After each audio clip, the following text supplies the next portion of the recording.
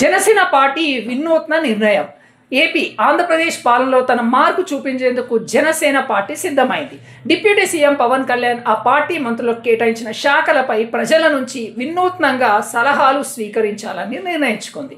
మీలో ఎవరైనా ఈ క్రింది శాఖలకు సంబంధించిన సూచనలు, సలహాలు ఇవ్వాలంటూ ఈ లింక్ ద్వారా గూగుల్ ఫామ్ ఫిల్ చేయగలరు.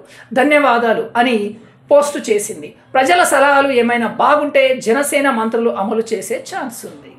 ఏపీలో ప్రభాస్ కల్కి మూవీ టికెట్ రేట్ల పెంపు. ప్రభాస్ నటించిన భారీ బడ్జెట్ మూవీ కల్కి 2898 టికెట్ల రేట్లు పెంచుకునేందుకు ఏపీ ప్రభుత్వం అనుమతించింది.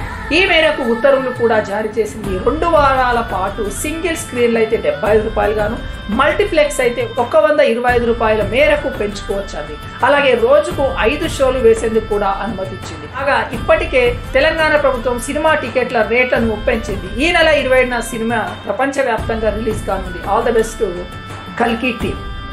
ఒకే రోజు 3 రికార్డులు బ్రేక్. భారత్ కెప్టెన్ రోహిత్ శర్మ ఒకే రోజు 3 రికార్డులు బ్రేక్ చేశారు. ఆస్ట్రేలియాపై ఊచకోతతో అంతర్జాతీయ టీ20లో అత్యధిక పరుగులు 4165 చేసిన ఆటగాడిగా నిలిచిపోయారు. ఆ తర్వాత స్థానంలో బాబర్ 4145, కోహ్లీ 4103 ఉన్నారు. దీంతో పాటు అంతర్జాతీయ క్రికెట్ లో ఒక ప్రత్యర్థిపై అత్యధిక సిక్సర్లు అంటే దాదాపుగా 132 వర్సెస్ ఆస్ట్రేలియాకి బాదిన ప్లేయర్ గా నిలిచారు. టీ20లో 200 సిక్సర్లు బాదిన మొదటి ఆటగాడిగా రోహిత్ చరిత్ర సృష్టించారు. Congrats to Rohit Sharma. ప్రజాస్వామ్యానికి మాయని మచ్చ ఎమర్జెన్సీ. దేశ చరిత్రలోనే ఈరోజు ఒక బ్లాక్ డే. 1975 జూన్ అంటే ఈరోజే 25న అప్పటి ప్రధాని ఇందిరాగాంధీ ఎమర్జెన్సీని ప్రకటించారు.